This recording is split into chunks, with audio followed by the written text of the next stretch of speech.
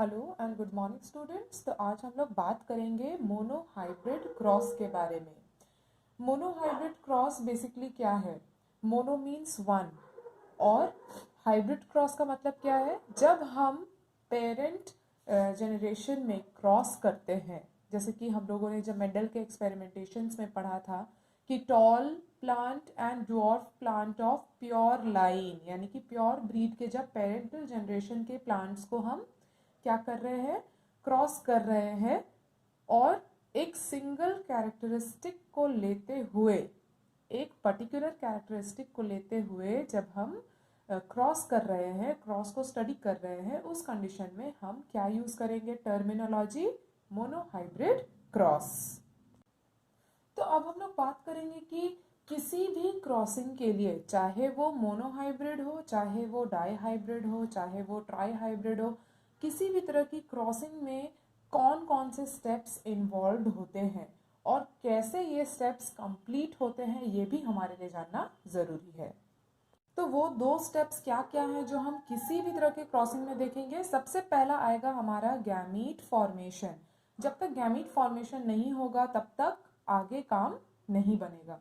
तो गैमीट का फॉर्मेशन कैसे होगा हम लोग ऑलरेडी पढ़ चुके हैं कि मियोसिस वो प्रोसेस है जिससे गैमीट का फॉर्मेशन होता है। अब क्योंकि हम लोग यहाँ पे जेनेटिक लेवल पे बात कर रहे हैं, जीन लेवल पे बात कर रहे हैं, तो यहाँ पर हम एलील्स के थ्रू और गैमीट्स के टर्म्स में हम इसको स्टडी करेंगे या बात करेंगे। तो मियोसिस के थ्रू गैमीट का फॉर्मेशन हुआ, एलील का फॉर्मेशन हुआ। अब ये एलील सेग्रीगेट करेंगे आपस में, ये एलील सेग्रीगेट करेंगे क्योंकि एलील्स हमेशा पेयर में आते हैं। एक पैटर्नल होगा, एक मैटरनल होगा, तो ये दोनों सेग्रीगेट करेंगे और हर एक एलील एक गैमीट बनाएगा। और फिर जब पैटर्नल गैमीट और मैटरनल गैमीट का फ्यूजन होगा तब जाइगोट का फॉर्मेशन होगा और तब फिर ऑफस्प्रिंग का फॉर्मेशन होगा। तो यहाँ पर ये दो इम्पॉर्टेंट स्टेप्स है जो हम किसी भी क्रॉसिंग में देखेंगे। पहला गैमीट फॉर्मेशन और दूसरा जाइगोट, जिसमें एलील या गैमीट, हम कुछ भी कहें, एलील का फ्यूजन या गैमीट का फ्यूजन होगा और फिर ऑफस्प्रिंग का फॉर्मेशन होगा।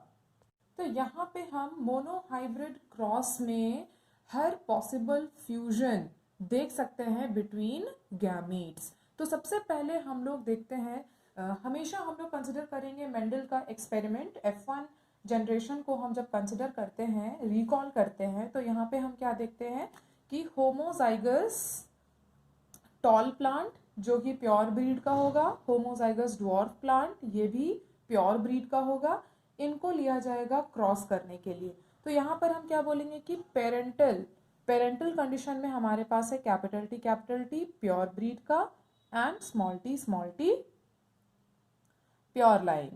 दोनों प्योर लाइन का पेरेंट लिया गया है और इसको क्रॉस कराया गया है। तो सबसे पहले क्या होगा? Formation of gametes. इसमें जो एलील्स होंगे, जो गैमीट्स होंगे, वो सेग्रीगेट करेंगे, वो सेपरेट करेंगे। तो हमारे पास गैमीट्स आ गए फ्रॉम, एक होगा फ्रॉम पैटर्नल साइड और एक होगा फ्रॉम मैटरनल साइड। दोनों के केस में एक पैटर्नल एक maternal.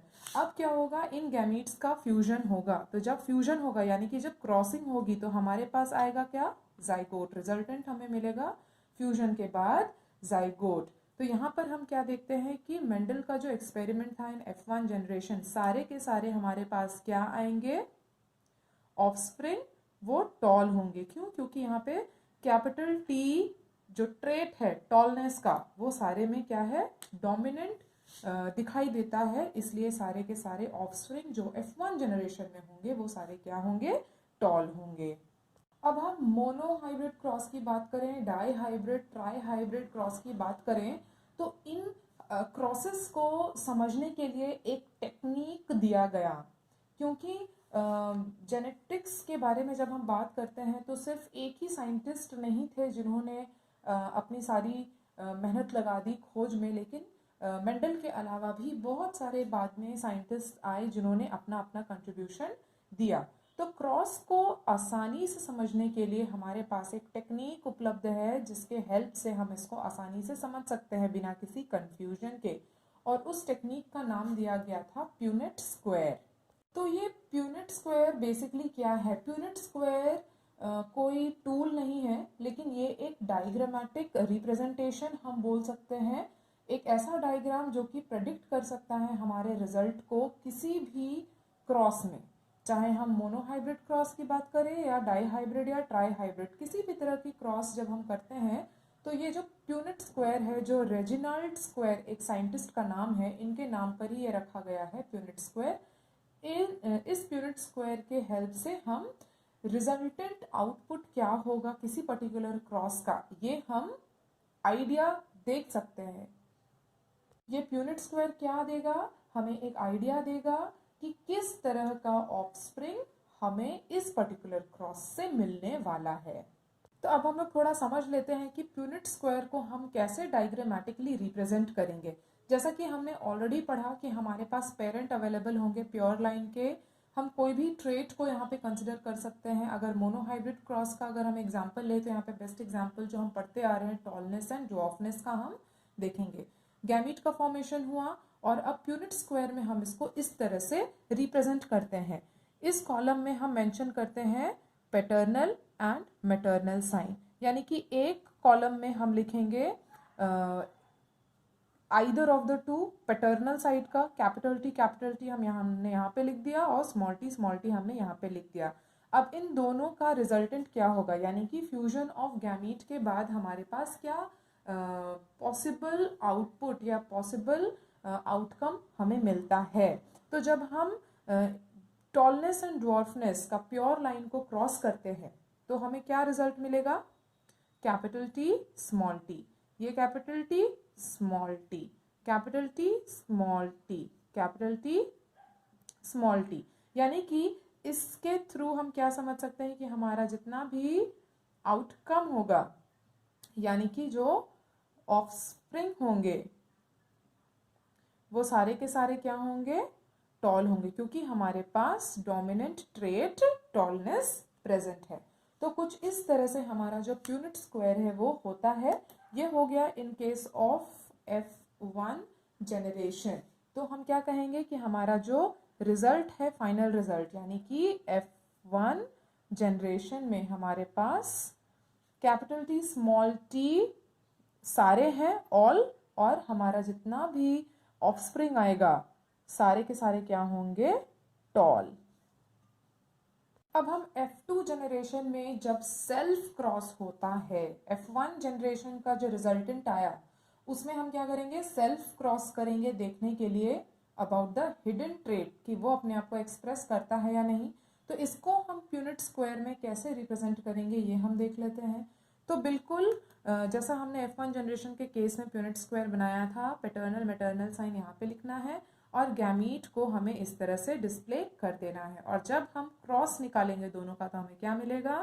Capital T capital T small T, again capital T small T and then small T. तो ये आ गया हमारा F2 जनरेशन में।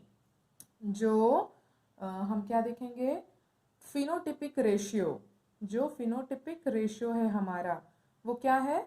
क्योंकि यहाँ पे 1 2 3 तीन कैपिटल टी हमें मिल रहे हैं, यानी कि 3 टॉल प्लांट होंगे, और क्योंकि एक स्मॉल टी मतलब होमोजाइगस रेसेसिव कंडीशन में हमें एक मिल रहा है, तो ये हो गया हमारा 1। तो फिनोटिपिक रेशियो हो जाएगा हमारा 3:1। लेकिन जब हम जीनोटिपिक रेशियो की बात करते हैं तो कैपिटल टी हमारे पास 1 है, कैपिटल टी स्मॉल टी ये हमारे पास 2 है, और स्मॉल टी हमारे पास 1 है। तो जब हम जीनोटिपिक रेशियो की बात करते हैं तो ये 1:2:1 है। और जब हम परसेंटेज निकालेंगे कि कितना परसेंटेज ऑफ ऑफस्प्रिंग हमारा टॉल है और कितना परसेंटेज ऑफ ऑफस्प्रिंग हमारा ड्वार्फ है, तो सपोज हम ड्वार्फ के लिए निकालते हैं, हमारे पास कितना ड्वार्फ प्लांट है? फिलहाल 1। तो हम क्या करेंगे? 1। और टॉल कितने हैं? 1 2 कितने ऑफस्प्रिंग है? 1 2 3 4। तो 1/4 × 100, यानी कि 25% हमारे पास ड्वार्फ प्लांट है। और इसी तरह से कितने टॉल प्लांट है इसका परसेंटेज भी हम आराम से निकाल सकते हैं by the help of Punnett square.